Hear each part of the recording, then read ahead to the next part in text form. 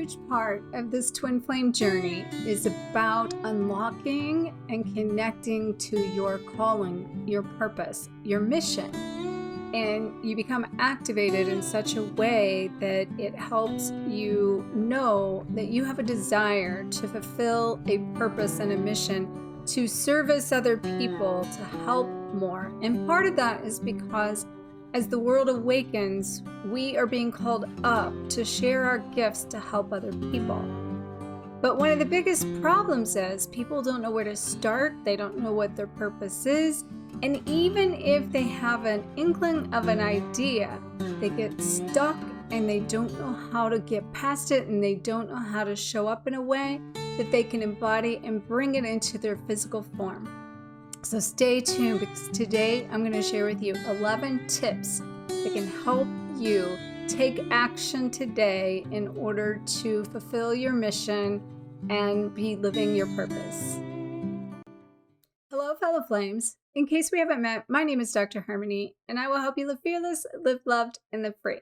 If you're new to my channel, welcome. And if you're returning, welcome back. Make sure to subscribe and hit that notification bell so that you know when all my videos and content come live.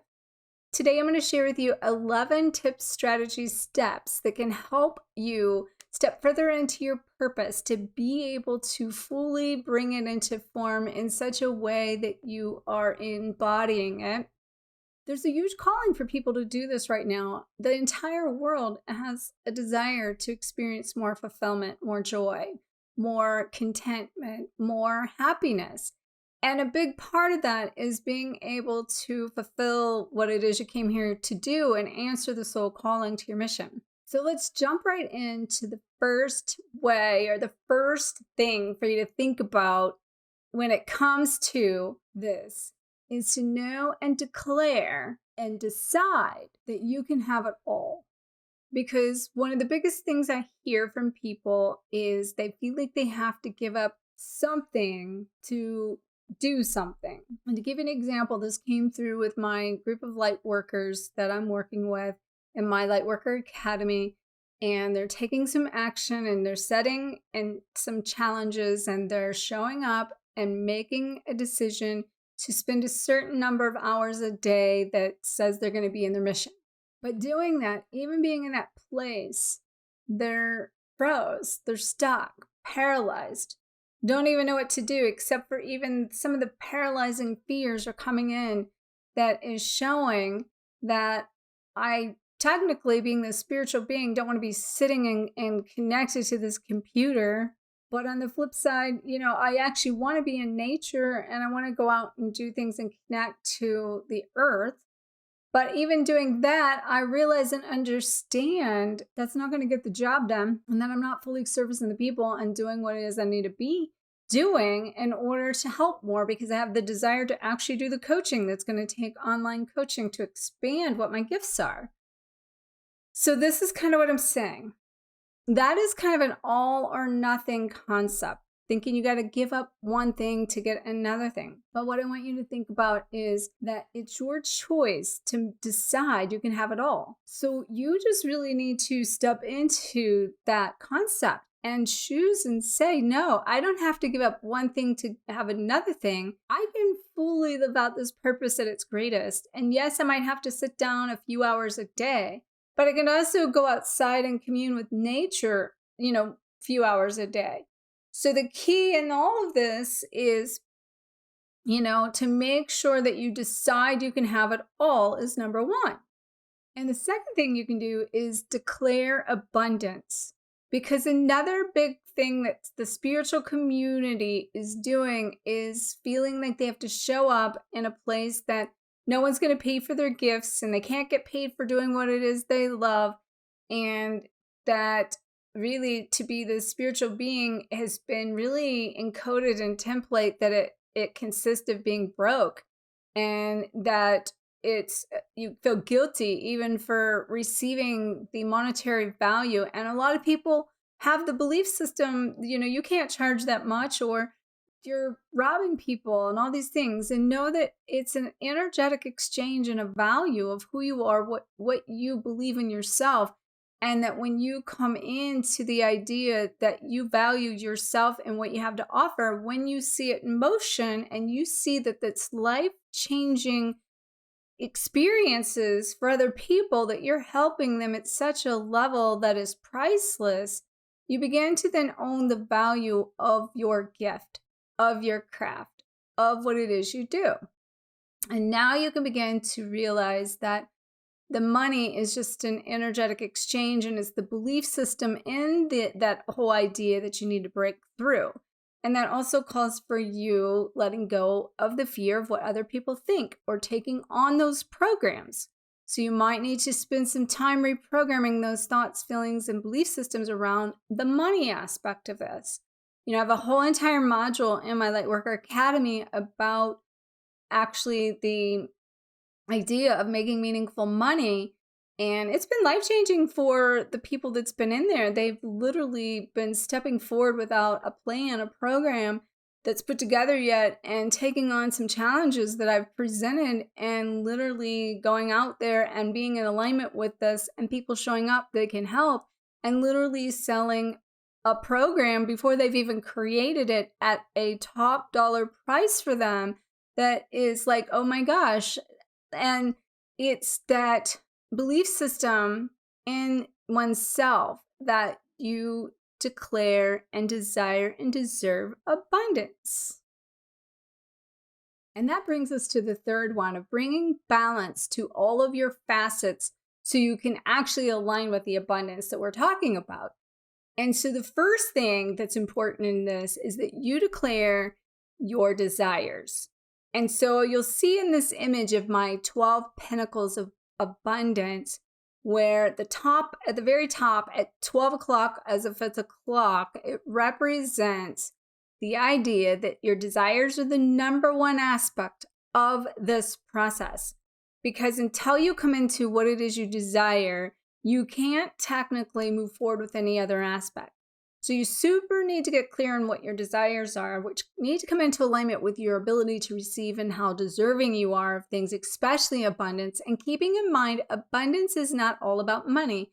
Abundance is truly the ability to live an enriched life within yourself, and that the abundance is coming from within you, and then everything else reflects around you. I'm always saying it's not like, you don't become a millionaire and then act like one. You have to act like one to become one. So you really got to embody what it is in these characteristics, traits of the things you desire for them to manifest in your reality. And the second one of this on this pinnacle is the mental aspects. So when you come into your desire, now you need your mental aspect to align with the desire. And you need to do things to reprogram the mental in order to clear out the programs and raise your vibration in order to create the space for your mentality to achieve and the desire you want. It needs to raise to a frequency to match the desire. And as you do that, then your emotions at the third one here at the 2 o'clock space here, the emotions now will begin to follow the feelings of the thoughts. And then, pay attention to unresolved emotions. What's coming up? What are you feeling? What triggers are you experiencing when it comes to your purpose in this case?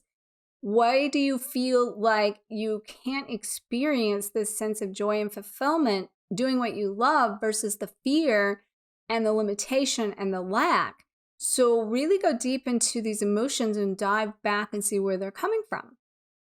And then we move into the physical aspect. And now in your physical being needs to come into a state of being strong in the strength of who you are, so that you can then manifest these things in your physical reality. And the fifth one is the spiritual aspect of yourself, and knowing that in your spiritual aspect, you have a destiny, and you're just trying to tap into that destiny, unlock that wisdom, embody it, and that way it can also bring into form and align with the desires you have. And your desires may need to catch up with the spiritual aspects of who you are, because they're bigger and they're less limited and they're limitless. And you might need to bring your desires into a limitless space, which is only going to be found in the 5D of that spiritual realm. And then the sixth one is sacred space. So in order for you to bring these things into form for abundance and the pinnacles of your life is a sacred space. So you might need to review your space, feel your space, clear your space, create space for you to have room for your emotions and feelings and thoughts to feel supported in what's going on around you. You might have a lot of chaos and you might need to eliminate that. So you need to create a sacred space that you reside in, not just in your body and the physical, which is your physical aspect of your temple of your body, but in your environment, your space needs to remain sacred. And then in number 7 is creativity. Now you can begin to, when you get all these things coming into alignment, moving in the same direction, you can intentionally start tapping into the creativity, activating your sacral chakra in order to clear it, correct any imbalances, and connect to higher frequency energy that will help you tap in to the spiritual realms, help you connect it with your desires, and then bring it through that mental, emotional, physical being into your sacred space. And as we move forward, the next pinnacle is this support. It takes support in your reality, in your physical realm, for you to be able to feel basically that maybe you're safe, secure, and supported and receive support. And we tend to try to do this all by yourself. So when it comes to your desires, when it comes to abundance, when it comes to navigating this, the key is don't do it alone. If you're doing it alone and you're trying to do your purpose alone and you're going nowhere, then you're basically blocking yourself from receiving the support that you need to help take you to the next level. So that's where I invite you to make sure to check out my Lightworker Academy. It's been amazing. It's a big, huge part of my purpose that I'm just blown away that I've been following the guidance of 7 years of creation. It's finally coming and manifesting, and I'm watching these people really tap into their abundance, tap into their desires, people to live out their purpose, and literally already making meaningful money in a month's time, if not less than that. So it's been life-changing, transformative, and that becomes my fuel personally. So the 9th pinnacle is family. This whole journey is about ancestral wounds and healing them. And so it's about you being able to come into a place and aligning with family in a new way, that you are able to see your reflection in them, see what they're teaching you, no different than the twin flame, and be able to heal the ancestral wounds that's preventing you from experiencing the abundance in all areas of your life, whether it be any one of these pinnacles, from the emotional, the mental, the physical, the spiritual, even in your space. Maybe somebody's in your space and they're creating chaos for you, and it might be time to set a boundary and make it sacred and say, this doesn't work for me anymore. So that brings us to our pinnacle of abundance, and that is power. So as I mentioned, you might need to set some boundaries in order to bring and call back your power that maybe you've lost, and even in your physical space or in your mental and emotional status, and maybe unresolved emotions that you need to heal. Going through things that maybe you're clearing that family lineage so you can call back your power. So in our 11th pinnacle of abundance, it is the purpose. It is the mission. It is living it out. It is showing up in a place that you're able to make meaningful money. And it is about you being able to fulfill that soul calling. And then as we move into the 12th pinnacle, that's about partnership. That's about experiencing the beloved. And technically, these things start from going through the process of, creating the desire, to getting your mental aspects in order, to clearing and healing your emotions, to bringing that in and embodying it in the physical form within yourself. As you integrate that with your spiritual into the physical, creating space in your life for it, getting creative so that you can tap into what it is it takes for you to manifest those desires, and then receive the support, show up where you need support, allow your family to come in and maybe even be part of the support and heal with your family, bringing back your power as you step into your purpose. And then that puts you into a place of being in union with yourself, that you can now create partnership around you. So now that we've talked about you becoming whole and complete with all your facets, then the fourth thing and tip I have for you that's really taking what we just said a little deeper is committing to that purpose and setting aside some time on a regular basis to choose when you can and when you will show up for your purpose, to put time into that. Thinking of it as if you had a job that you would have to show up. And this is not just about you showing up some 9-to-5 job. It's literally showing up for yourself, your mission, and what it is you came here to do, be, and have. And so I invite you to make a declaration again and a commitment to this purpose and choose to invest some time in it and make a commitment to yourself. And this is what I had my people in the Lightworker Academy group, which, by the way, again, check out the link above or below, and set aside time as to how much time they could spend in the purpose daily. So take a look at, your life and evaluate where you're spending your time and what's working for you, what's not working for you. What do you need to be doing in order to invest some time into what it is you need to be doing for your purpose? One of the things I've taught my one-on-one clients to do is, if they have set aside time for clients and there's no client schedule, that they should sit down at the computer basically and just maybe hold the space for that client, maybe get paperwork ready for that client, do something that is client oriented, so that way you're holding space and creating space for a client. And that in doing that, it will open the portal and bring towards you the things that you're holding space for. So the sixth step I have for you is ask, listen, and allow. Let's say you still don't know where to start and you don't know, say you've set aside the time and you're sitting there and you're just waiting and deciding what to do or not to do, and just literally freeze. Or like the person had mentioned to me in the group that had gotten a phone call and used it as an escape to just like step away and not hold the space any longer. So again, that's the commitment, is if it's time for that space, make that commitment to yourself and that purpose, and don't have your phone in the room where you can't take the call. I literally sometimes have done that. I'll leave my phone out of the space, especially if I'm writing a lot of times, and writing a book in my case, it's a lot of commitment. It's a lot of showing up. It's a lot of creating space for the time to be the vessel to write that information. So what you can do is go through my ask, listen, allow if you're not sure where to start. And if you ask as in, what am I here to do? What is it that feels right? What can I do today? And then just listen to your thoughts, feelings, emotions, and then allow yourself to feel whatever that is. Ask what your blocks are in this case. And then pay attention. And if nothing else, use the time for that client or your purpose, whatever it is you're going to do. Use that time to ask these questions and pay attention as we move into number 7. Now, visualize. One of the things you can do is just imagine, because, the feelings and thoughts and emotions are great, but it's the imagination that literally brings it to life through your imagery.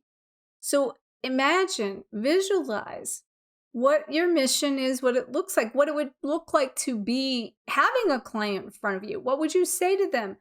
What type of client is it? What are you going to help that client with? What is your, maybe come up with what your ideal client is in that time. And imagine that. And that can help you embody it and bring it into form. And then on the 8th thing that can help you in all of this is really just showing up every day, just saying, how may I serve? How may I serve? And I do this all the time. I am doing this. I am showing up. Okay, I have this amazing program that I've taken 7 years to create. And I can see it being life transformative for anyone that's willing to step into it. And it's not for everyone. And everyone's not ready for it. But I know there's a lot of people that are. And I'm not fully out there like doing a ton of marketing or any paid marketing or any of those things. And I can be and I could be. And I'm moving in that direction to some degree. But I also am in my own place of, trying to flow with only doing a certain amount of things that doesn't get you overwhelmed. But the one thing I can do every day is I can pray for everyone in my Lightworker Academy, which I do. Pray that they get the breakthroughs they need. pray that that whoever needs what I have, that they'll show up and cross my path, and that I can be of service to help them with what they need. And I can promise you this from my experience, all you have to do is really show up, and the people that need you are going to find you. And it doesn't take a lot when that happens. And that's what's been happening with my people in the Lightworker group. They're just kind of showing up, and then the opportunities are presenting themselves that's like aligning like quickly when you get in alignment with that. So the ninth thing that you can do to really help in this, bring this mission and purpose into fruition, is to journal the ideas that you have, your dreams and your desires. And really just spend some time, writing down what does these things look like? What do they feel like? And then combine all these things with your imagination. Do journal prompts of asking, listening, allowing, and write things down. The 10th thing you can do when you literally are trying to create space and maybe get your computer organized, maybe get, an account set up for Zoom to make Zoom calls, make a list of all the things that maybe you need to get done. And then once you make your list, in that time, show up doing some of the things that would literally be things that would help support you when you're seeing clients. And so one of the things I like to do is handle it once. I do that with everything. If it crosses my path, like for instance, I check the mail, it goes either like taken care of and something paid, put into an envelope for taxes or purposes or tracking, or in the trash. And there's like very few times that it ever makes it anything past that. And if it does, it doesn't sit very long because I have, I go through a stack daily. I have a daily list I make. I have a review of everything I do. And I end my day with making a list of what I need to do. So I make a running tab of what's next. And that way it's out of my head and I don't have to think about all the things that are maybe not complete that will overwhelm you. So creating some organization is important, but most importantly, handling it once. So the 11th thing I want to talk about is affirmations. And in the affirmations, the one I want to give you is when I show up in purpose, everything I need shows up with ease and grace. When I show up in purpose, everything I need shows up to support me with ease and grace. Now, this is key to reprogramming your programs. And you can create an affirmation for any program that's blocking you in any part of this. But the key is, I heard this in yoga this morning about a Muhammad Ali quote, and it is that it's the repetition of affirmations that leads to a belief. And then once the belief becomes deep enough, a deep conviction, then things begin to happen. So if you're really wanting things to begin to happen, you need to show up in a place of affirming what it is you desire that will lead to the belief you can have it. And then once you connect with this belief that you don't have to settle and that you can have it all, and you become deeply convicted to what your purpose and your mission is, things are going to happen. They're going to shift, and they're going to move you in the direction of what it is you came here to do, be, and have. So thank you so much. Again, check out all the ways you can go forward with me below. Subscribe, like, comment, share the shine. I look forward to seeing you in my Lightworker Academy if that's something that resonates with you. Otherwise, I'll see you next week in the video, and have an amazing week and enjoy this October energy that is very impactful, helping us catapult into the next level of who we are. And I send you light, love, and liberation. Namaste.